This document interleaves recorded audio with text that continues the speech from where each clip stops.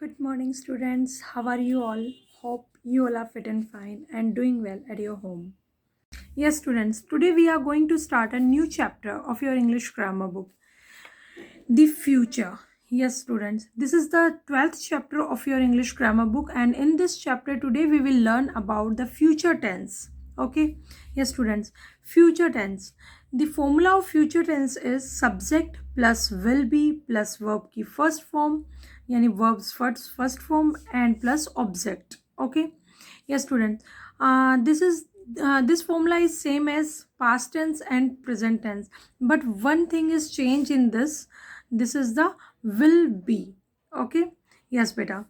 Okay, students, future tense, we use future tense for representing the future sentences of future timings. Okay, yes बेटा, future tense हम कब use करते हैं? Future timing या future के sentences या future के की जब हम बात करते हैं उसको रिप्रेजेंट करने के लिए, उसको बताने के लिए हम लोग फ्यूचर टेंस का यूज़ करते हैं. Okay, yes beta, in future tense we can use both shall and as well as will. Okay, but actually students, the will is from the will is from American English and shall is from British English, but the meaning of both will and shall are the same.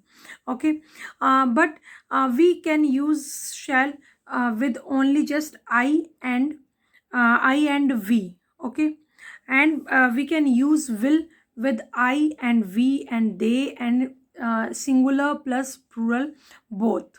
Okay, okay, students, the exam, yes, one more thing, the example of future tense is like I will go to school tomorrow. मैं कल school जाऊंगा.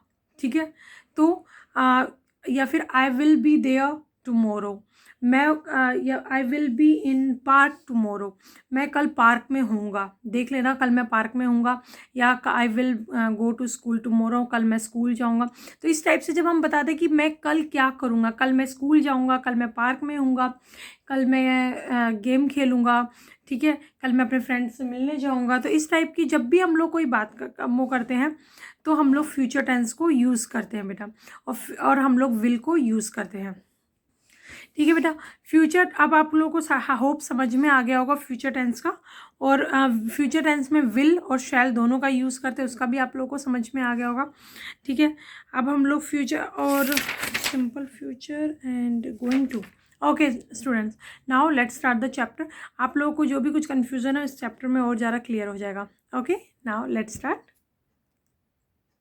Yes बेटा, देखिए chapter number 12 the future tense. ठीक है, formula मैंने बताया subject plus will या विल बी दोनों लगा सकते हैं. यहाँ पर मैं स्लैश लगा देती हूँ, विल और विल बी दोनों लगते हैं.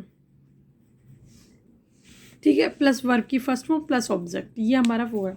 जैसे सब्जेक्ट हो गया बॉब और विल हो गया हमारा क्या, जो फ्यूचर टेंस में लगाते हैं. गो हो गया वर्ब की फर्स्ट फॉर्म, और ये हो गया हमारा पार्क, क्या हो गया हमारा ऑब्जेक्ट हो गया.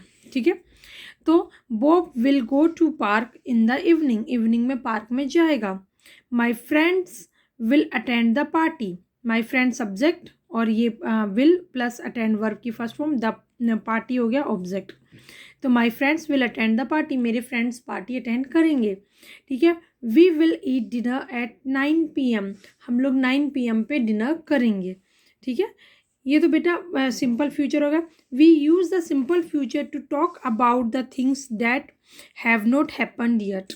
हम लोग फ्यूचर टेंस का कब यूज़ करते हैं या सिंपल फ्यूचर का कब यूज़ करते हैं, जब हमें उन चीज़ों के बारे में बताना होता है जो अभी तक नहीं हुई है, मतलब फ्यूचर में वो होंगी, होने वाली हैं, या हमें अनुमान है कि वो होने वाली हैं बट वो अभी तक हुई नहीं है.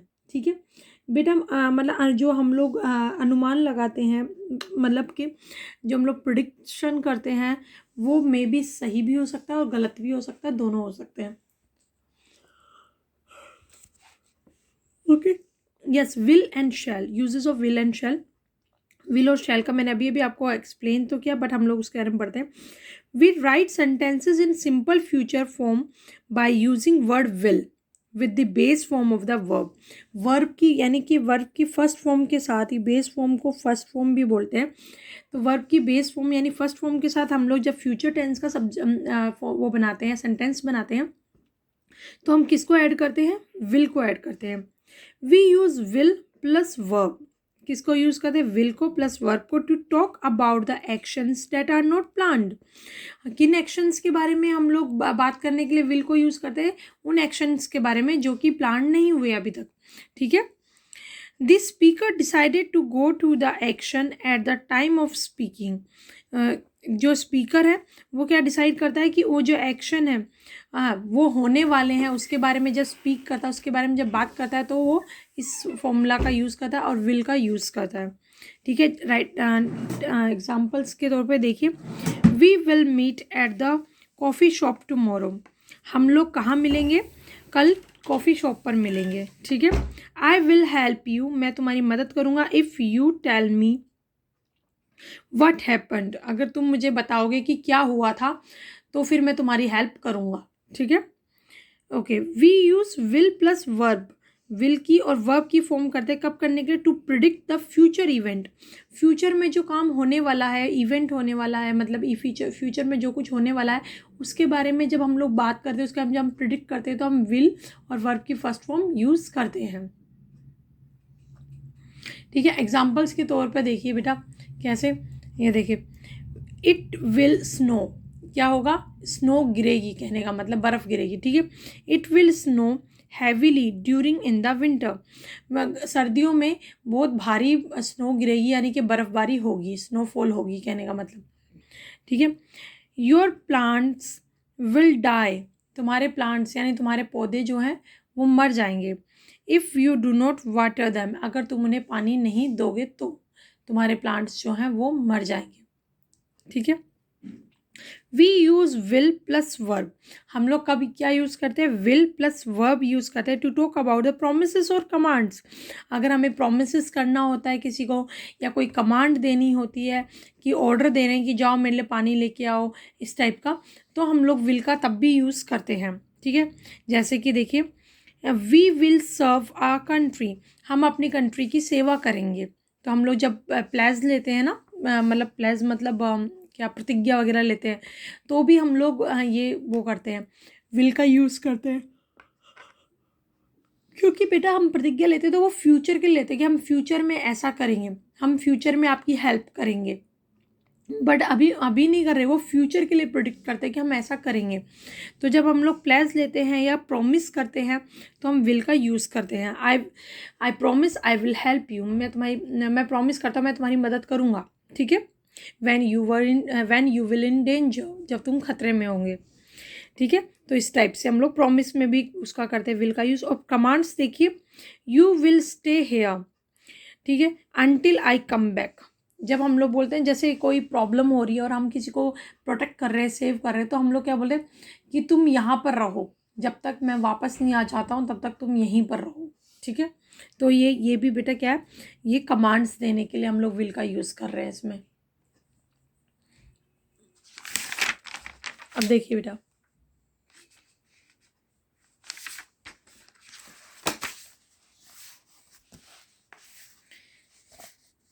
we use not after will to form negative sentences in the simple future form। देखिए बेटा, ऐसे ही जब हम लोग, अब तो देखो बेटा, मैंने जैसे फॉर्मूला बताया था, मैंने फॉर्मूला बताया था, subject plus will plus V1 plus object, है ना। लेकिन जब हम इसको नेगेटिव में सेंटेंस कन्वर्ट करते हैं, नेगेटिव में, तो हम लोग कैसे लिखेंगे? सब्जेक्ट प्लस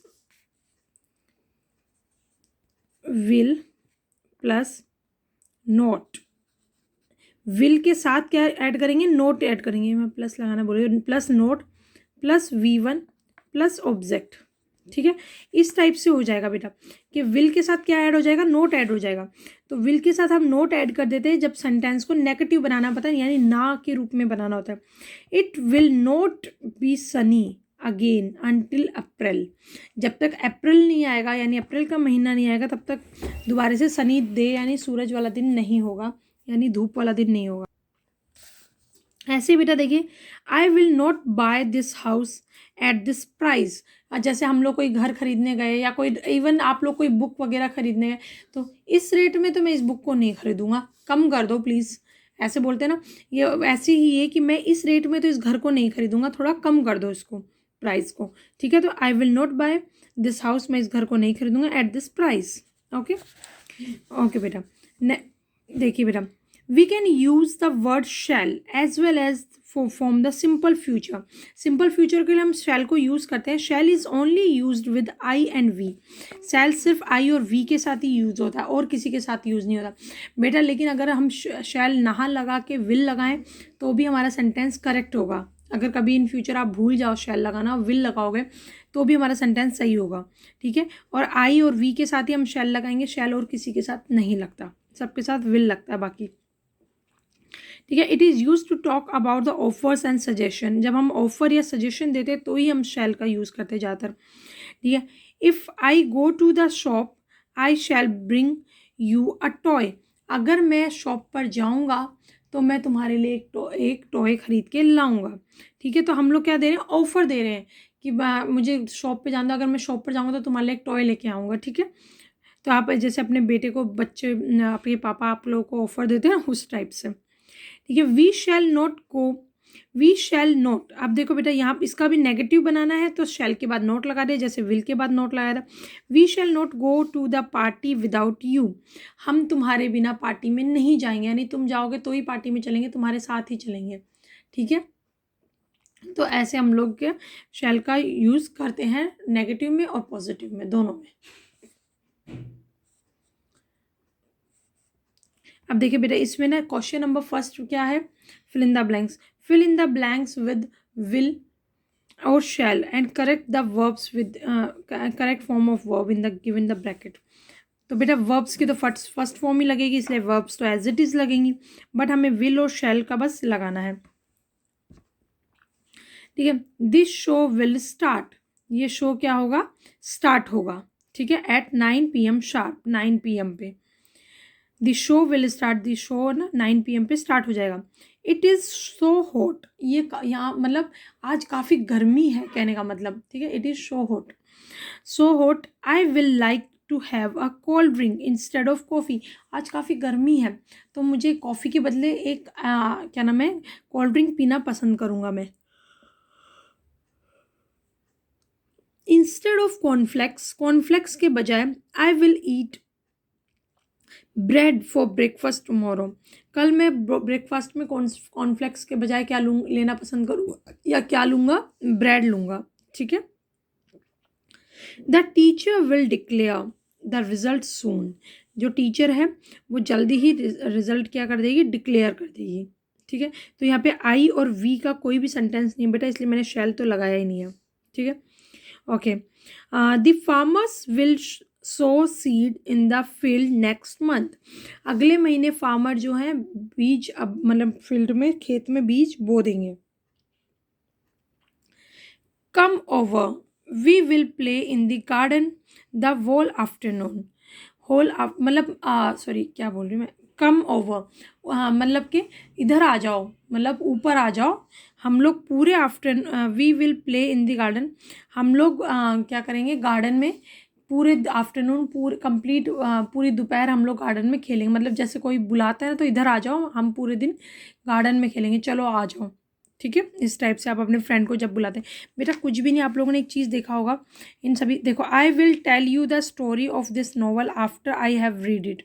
मैं जब इसे पढ़ लूँगा तो मैं इस नॉवल की स्टोरी तुम्हें बता दूंगा। देखो विल, ये देखो जो वर्ब की फॉर्म्स हैं वो एज इट इज़ लगी हैं, क्योंकि वर्ब की फर्स्ट फॉर्म ही तो यूज़ होती है, इसलिए फॉर्म्स तो हमने एज इट इज़ लगा दी। लेकिन विल वाला बनाने के लिए बस उनके आगे will will will will will will लगा दिया हम लोगों ने, बस, और कुछ भी नहीं किया। बहुत ईजी बेटा, इसमें कुछ भी टफ नहीं है।